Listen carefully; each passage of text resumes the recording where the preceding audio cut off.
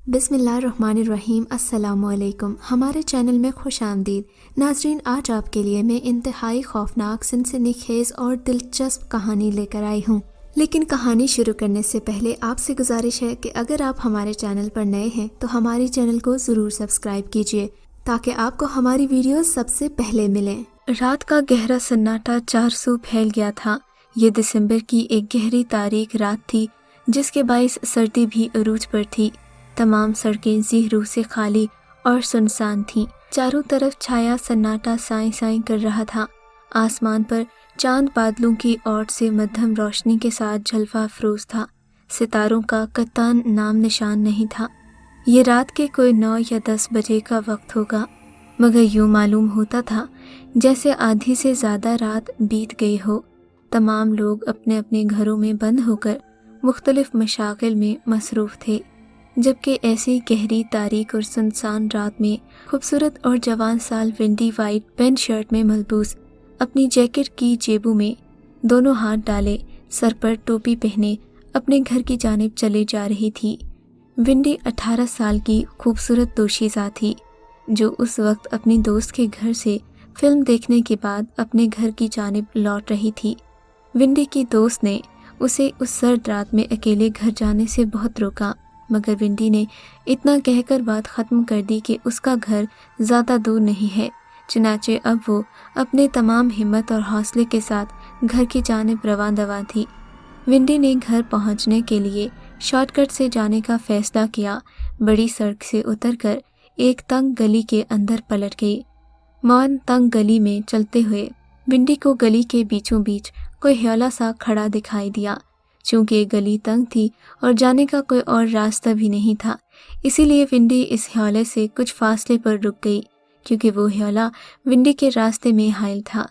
Windy के रुकते ही वो ह्योला उसकी जानिब पीछे को पलटा। चांद की मध्यम रोशनी में विंडी ने उसका चेहरा देखा तो वो दहशत ज़दा हो गई। वो कोई बूढ़ा आदमी था जो अपनी भारी आवाज़ में उससे मुखातिब था। मुझे रास्ता बताओ। विंडी ने जैसे सुना ही नहीं कि इस बूढ़े ने इसे क्या कहा। वो तो इसका चेहरा देखकर कांप उठी थी। बूढ़े आदमी का चेहरा बहुत ही बदनुमा और बदसूरत था। उसके चेहरे पर कई जगह पर जख्में और झुर्रियाँ थीं। उसके बाल गंदे बिखरे और उलझे हुए थे। आंखें खुदा की पनाह यूँ फटी हुई थीं जैसे अभी बाहर को उबल पड़ेंगी। रात की खौफनाक तारीकी में एक बदसूरत अजनबी बूढ़े के साथ इस तंग गली में विंडी अकेली थी। इसके लिए वो खौफ से थर थर काँप रही थी। उसके माथे से पसीने की बूंदें टपक रही थीं। दिल पूरी कुव्वत से धड़क रहा था। उसे खुद संभलने में कुछ वक्त लगा। फिर वो बूढ़े आदमी ने एक बार फिर से विंडी को मुखातिब कर दिया और बोला, मैं कह रहा हूँ, मुझे रास्ता दिखाओ। उसने अपने तमाम तर हौसले को यकजा करके घबराते हुए बूढ़े आदमी से कहा, ठीक है, मैं आपको रास्ता बताती हूँ। कहाँ जाना है आपको? विंडी के कहने पर जब बूढ़े ने उसे बताया कि वो कहाँ जाना चाहता है, तो विंडी की रीढ़ की हड्डी में खौफ की लहर दौड़ गई, क्योंकि वो पता उसके अपने घर का था। माफ़ कीजिए, मुझे नहीं पता कि ये कहाँ पर है, विंडी ने घबराते हुए जल्दी से कहा था, और फिर तकरीबन बूढ़े को धक्का देते हुए उसके करीब से गुजरकर तंग गली में भागने लगी। भागते भागते जब उसने थोड़ा सा पीछे पलटकर देखा तो वो बूढ़ा आदमी बददस्तूर वहीं पर खड़ा विंडी को जाता हुआ देख रहा था। विंडी ने जल्दी से चेहरा आगे फेर लिया और भागने की रफ्तार मजीद बढ़ा दी, जिसके बाइस वो जल्द ही तंग गली से निकलकर पड़ी सड़क पर भाग रही थी। सड़क के दोनों तरफ बड़ी बड़ी कोठियाँ थीं। इसके बाहर लगी स्ट्रीट लाइट्स भी बंद थीं। हर तरफ वीराना सन्नाटा और खामोशी कुंडली मारे बैठा था। विंडी इस कदर दहशत ज़दा हो गई थी कि उसने एक पल के लिए भी रुकना मुनासिब नहीं समझा। वो बेतहाशा भागती रही। उसका सांस ढोलकी की माने तेज चल रहा था। इसने अपने घर आकर ही दम लिया। एक लम्हे को वो तो सांस लेना भूल गई थी। लंबी लंबी सांसें लेकर वो खुद को पुरसकून करने लगी। विंडी का घर एक मुतवसत इलाके में था। उस वक्त पूरे का पूरा इलाका अंधेरे में डूबा हुआ था। विंडी ने एक सरसरी सी निगाह अपने गिरदो निवाह में डाली, ये देखने के लिए कि कहीं उस बूढ़े आदमी ने उसका पीछा तो नहीं किया। मगर पूरी गली सुनसान और वीरान थी। विंडी ने सुकून की एक गहरी सांस खारिज की और अपनी पैंट की जेब से घर की चाबी निकालकर हॉल में डाली और दरवाज़ा खुल गया। विंडी अंदर दाखिल हो गई। घर मुकम्मल तारीकी में डूबा हुआ था। विंडी अभी दरवाज़ा बंद करके पलटने ही वाली थी कि घर के अंदर गहरी खामोशी को रोंदती हुई एक भारी आवाज़ गूंजी, मुझे रास्ता दिखाओ। वो बुरी तरह कांप गई और फिर देखते ही देखते वो बूढ़ा उसके करीब पहुंचा, उसके सर पर हाथ फेरने लगा और भारी आवाज़ में बोला, मैंने कहा था ना विंडी, मुझे रास्ता बताओ। कैसा रास्ता बताऊं मैं तुम्हें? विंडी के हलक से आवाज़ नहीं निकल रही थी, मगर उसने अपनी हिम्मत को यकजा करते हुए उससे कह ही दिया था। बूढ़े की सब्ज नीली आंखों में अजीब सी रोशनी भर आई थी। विंडी ने गौर से उसकी आंखों की तरफ देखा। उन आंखों में अजीबो-गरीब सी चमक थी।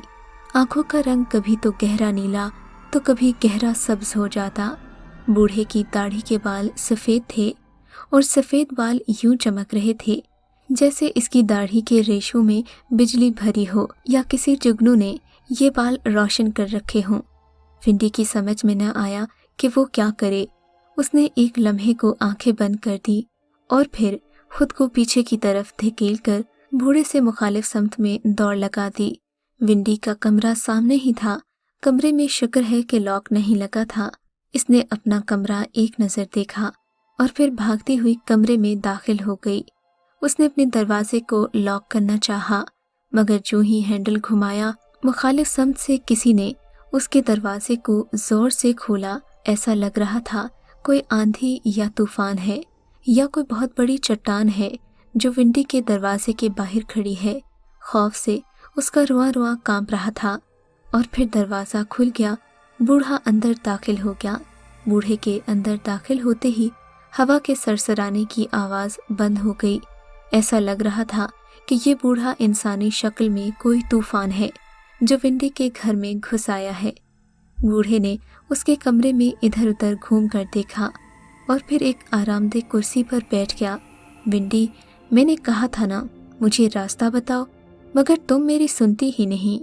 बूढ़ा पुरसुकून लहजे में कहता हुआ वन सीटर सोफे पर यूं दराज हो गया जैसे उसे आसपास की परवाह ही न हो। विंडी को अपना गुजरा हुआ दिन याद आने लगा। विंडी एक छोटे से कस्बे में रहती थी।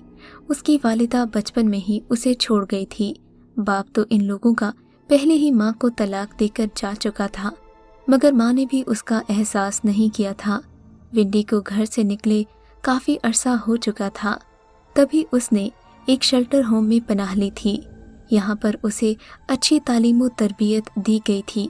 कुछ ही अरसे में वो पढ़ने लिखने के काबिल हो गई थी। जब विंडी 18 साल की हुई तो उस शेल्टर हाउस ने उसे एक जगह पर काम करने को भिजवा दिया। ये एक नर्सिंग सेंटर था जहाँ उसे मज़ीद 4 साल की पढ़ाई और 2 साल की ट्रेनिंग करना पड़ी। ट्रेनिंग मुकम्मल होते ही उसे एक अच्छे नर्सिंग सेंटर में दाखिला मिल गया था, मगर वही तन्हाई और ज़िंदगी के वही रोग। उसकी ज़िंदगी में एक भी पल खुशियों का नहीं था। तभी विंडी ने एक फ्लैट किराए पर लिया और वहीं पर रहने लगी। उसने कभी किसी से दोस्ती नहीं की थी। शायद उसका इंसानों पर से भरोसा उठ गया था। तभी उसने सोचा कि क्यों ना वो अपनी तमाम तर मोहब्बतें, अपना तमाम तर शौक़ और चाहतें अपने पेशे की तरफ लगा दे और एक ऐसी नर्स बन जाए जिसे लोग बरसों याद रखें। तभी विंडी का ज़्यादातर वक्त हस्पताल में गुजरता था। वो लोगों की खिदमत करती, उनकी तीमारदारी करती और उनसे उनके घर के हालात पूछती। अक्सर लड़कियां ऐसी भी होती थीं जिनकी ज़िंदगी की कहानी विंडी के हालात से मिलती जुलती थी। ये सर्दियों की रात थी जब वो अपने नर्सिंग सेंटर में अकेली रह गई थी। सभी डॉक्टर जा चुके थे। न जाने क्यों आज उसका घर जाने का मन नहीं कर रहा था। तभी थोड़ी देर में बाहर के दरवाजे पर कुछ शोर सा सुनाई दिया। उसने जाकर दरवाज़ा खोला तो सामने खून में लथपथ एक लाश को उठाए एक आदमी खड़ा था। लाश इसलिए कहा कि विंडी को पहली नज़र में वो शख्स लाश ही लगा था। इसका जिस्म बुरी तरह कुचला हुआ था। ऐसा लगता था कि इस शख्स में जान बाकी नहीं है।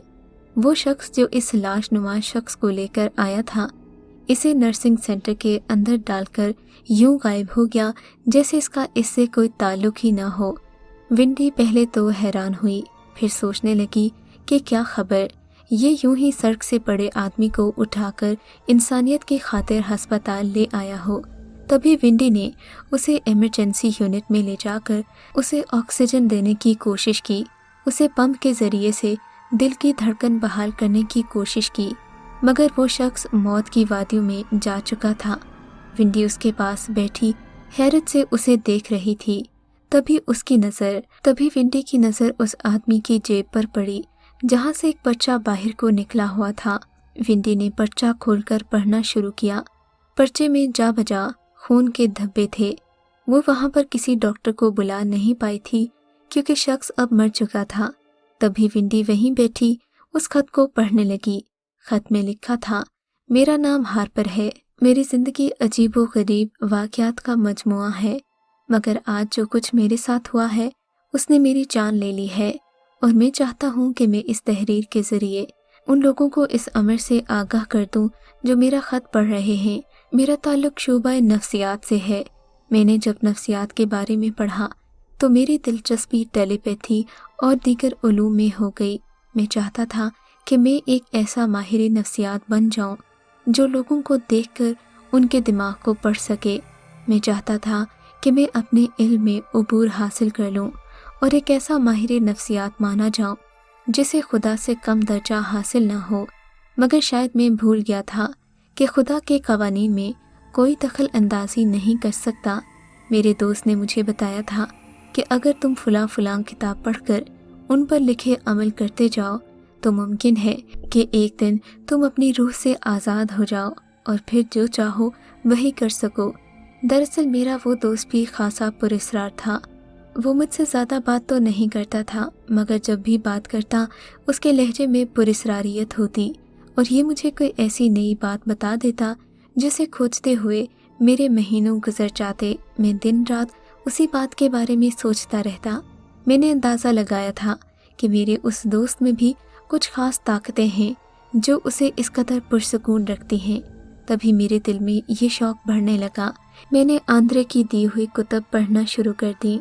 इस किताब में लिखा था कि अगर इंसान दूसरे शख्स से बातें करना चाहता है तो उसे पहले हमज़ाद के ज़रिए एक ऐसा अमल करना होगा जिससे उसे दूसरे लोगों के बारे में मालूम हो सके और उसकी मश्क मुकम्मल हो सके। जब इंसान का अपना हमज़ाद उससे बात करने के काबिल हो जाता है तो फिर इंसान किसी दूसरे शख्स के हमज़ाद को मुखातिब करके उस तक वो पैगाम पहुंचा सकता है जो उसने देना होता है। यूँ इंसान मुख्तलिफ तरीक़ों के ज़रिए दूसरों के ख्वाबों में भी जा सकता है और दूसरों की सोचों पर हावी हो सकता है। मसलन अगर मैं किसी से ये कहना चाहूँ कि मुझे अच्छा और उम्दा खाना खिलाओ तो मैं इस बात पर कादिर था कि मैं उस शख्स के जहन में ये ख्याल डाल दूँ कि मुझे अच्छा खाना खिलाया जाए, मगर ये सब मेरी तरफ से नहीं बल्कि एक अनजानी कुव्वत से होगा। यूँ मुझे ये खेल बड़ा ही दिलचस्प लगा। इसके ज़रिए मैं लोगों से मुख्तलिफ काम करवा सकता था। तब मैंने ऐसा ही किया। इस किताब में एक अमल लिखा था जिसके लिए मुझे 3 दिन 7 चश्मों के पानी से नहाना था और फिर उन चश्मों के पानी को यकजा करके उन्हीं चश्मों के करीब से ली गई मिट्टी से बने बर्तन में रखकर कहीं ऐसी जगह छोड़ना था जहाँ किसी की नज़र न पड़े। फिर चाँद की 14वीं तारीख को मैंने उस पानी में अपना अक्स देखना था। उस अक्स में मुझे अपना हमज़ाद नज़र आता। मैं उससे बातें करता, मगर बातें करते हुए मुझे अपना ध्यान इस तरह रखना था कि वो शख्स बाहर आए भी तो मेरी नज़र किसी और चीज़ पर न पड़े, बल्कि मैं मुसलसल अपने हमज़ाद को देखता ही रहूं। अब मसला ये था कि मैं 7 चश्मों का पानी कहाँ से इकट्ठा करूं, क्योंकि जिस शहर में मैं रहता था वहाँ पर सहराई इलाकों के सिवा कुछ नहीं था। पानी का चश्मा तो दूर की बात, कोई छोटा मोटा कुआं तक नहीं था। मगर मैं अपनी तलाश में इस कदर सरगर्दा था कि मैंने एक गांव जाने का फैसला किया। ये एक पहाड़ी इलाका था। इस गांव में जगह जगह चश्मे फूटते थे। इन चश्मों से निकलने वाले पानी से नहाकर मैं न जाने क्या क्या कुव्वतें हासिल कर लेता। मैंने यहाँ पर काफ़ी अर्सा पहले टूर करने का सोचा था, मगर अब तो चूंकि मेरा अपना मकसद भी था, सो मैं जल्द ही वहाँ रवाना हो गया। मैंने अपने क्लिनिक से छुट्टी ली और मैं फ़ौरन उसी गांव जा पहुंचा जो मेरे कस्बे से थोड़ा ही दूर था। इस गांव में जा बजा चश्मे थे। गांव के लोग काफ़ी हमदर्द और मुखलिस थे। इन लोगों ने मुझे अपने घर में पनाह दे दी। अब मैं एक फैमिली के साथ रहता था और रोज़ सुबह अपने मिशन पर निकल जाता। एक दिन मैंने आखिर 7 चश्मों की तलाश मुकम्मल कर ली थी। 7 चश्मे इसी गांव में दूर दूर वाक़े थे। अगर मैं एक पूरा दिन लगाता तो गांव के इन 7 चश्मों से पानी हासिल करके नहा सकता था और फिर मिट्टी भी साथ ही साथ जमा करता जाता, फिर बाद में उसका मटका बना देता। मगर मैंने सोचा पहले मटका या पानी का बर्तन बनाना बेहतर होगा। सो मैंने इन 7 चश्मों की मिट्टी इकट्ठी कर ली और फिर इन्हें एक कुम्हार को बनाने के लिए दे दिया। कुम्हार क्योंकि इस काम में माहिर था, सो मैंने मिट्टी उसके सुपुर्द कर दी। उसने मुझसे पूछा कि आप 7 मुख्तलिफ मिट्टियों को इस्तेमाल करते हुए ये मटका क्यों बनवाना चाहते हैं। तभी मैंने सोचा अगर इसे अपने हकीकी अमल के बारे में बता पाऊंगा तो ये क्यों कर मेरा मटका बनाएगा। हो सकता है मेरे बारे में अजीब तरह की राय कायम कर ले। सो मैंने उसे यही कह दिया कि मैं चाहता हूँ मैं 7 रंगों वाला मटका बनाऊं। मटके के बारे में उसे हिदायत देकर मैं वापस चश्मों पर आ गया। मैंने 7 चश्मों से पानी इकट्ठा किया और फिर जिस घर में रहता था वहाँ पर एक खुफिया बर्तन में रखकर मैं उस कुम्हार के पास अगले ही दिन पहुँच गया। उसने खूबसूरत 7 रंगों वाला मटका तैयार कर रखा था। मटके को देखकर मैं बहुत खुश हुआ और मटका लेकर घर आ गया। घर आकर मैंने खुफिया बर्तन से आधा पानी उस मटके में डाला और बाकी से नहाने चला गया। नहाते हुए मुझे महसूस हुआ कि मुझे अपने जिस्म के एक हिस्से में सख्त दर्द हो रहा है। मुझे निचली कमर में इस कदर दर्द हुआ कि मैं उठने के काबिल न रहा। मेरा अमल मुकम्मल हो चुका था। बहरहाल उस दर्द को नज़रअंदाज करते हुए मैं वापस अपने शहर वाले घर आ गया। घर आकर मैंने उस मटके को रोशनदान के पास रख दिया। चांद की 14वीं तारीख का इंतज़ार करने लगा, मगर मेरा दर्द था कि बढ़ता ही जा रहा था। खुदा खुदा करके चांद की 14वीं तारीख आ गई।